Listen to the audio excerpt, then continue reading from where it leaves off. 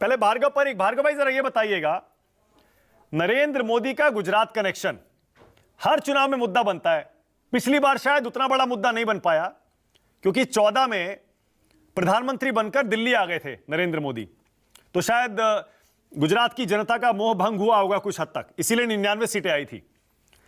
इस बार आपको क्या लगता है मोदी फैक्टर कितना इंपॉर्टेंट है गुजरात के चुनाव में? भार्गव भाई जी मानक जी, मोदी फैक्टर इसलिए इम्पोर्टेंट बन जाता है यहाँ पे क्योंकि 2017 के आंकड़े अगर देखा जाए तो 2017 के अंदर 1.82% नोटा के वोट थे, जिसने 115 सीट पे सभी पार्टी का खेल बिगाड़ा था। और नोटा के चलते मैं बताऊं आपको कि 77 सीट जो आई है कांग्रेस की, वो उसकी जगह पे 5 सीट और ज्यादा होती, और अगर नोटा ने खेल नहीं किया होता तो 12 सीट यहाँ पे अरे सॉरी 7 सीट यहाँ पे बीजेपी की ज्यादा होती।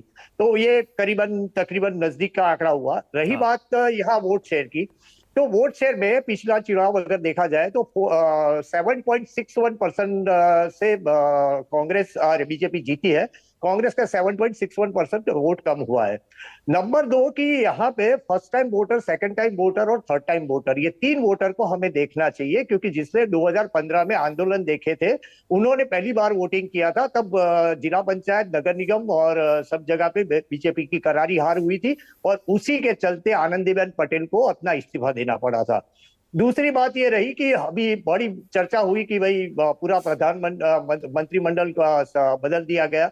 उसकी वजह यह है कि नगर निगम के चुनाव जो है वो गुजरात में मिनी विधानसभा के तौर पे देखे जाते हैं। तो केशुभाई पटेल को भी इसी के चलते जाना पड़ा था, चाहे लोग भूकंप की बात कहे, लेकिन केशुभाई पटेल को इसी वजह से जाना पड़ा था कि उस समय पे ही नगर निगम और जिला पंचायत, तालुका पंचायत के चुनाव में वो हारे थे। इस बार 2021 के अंदर चुनाव हुए, कोरोना के चलते 20 का शेड्यूल था लेकिन 21 में हुए।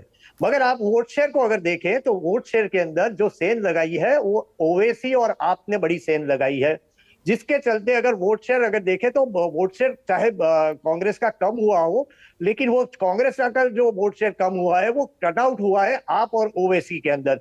सबसे ज्यादा जो शहरी इलाकों के अंदर वोट शेयर हुआ है 13.28%, वो आपने वोट शेयर लिया है नगर निगम के चुनाव में, जिसे मैं मिनी विधानसभा कहता हूं।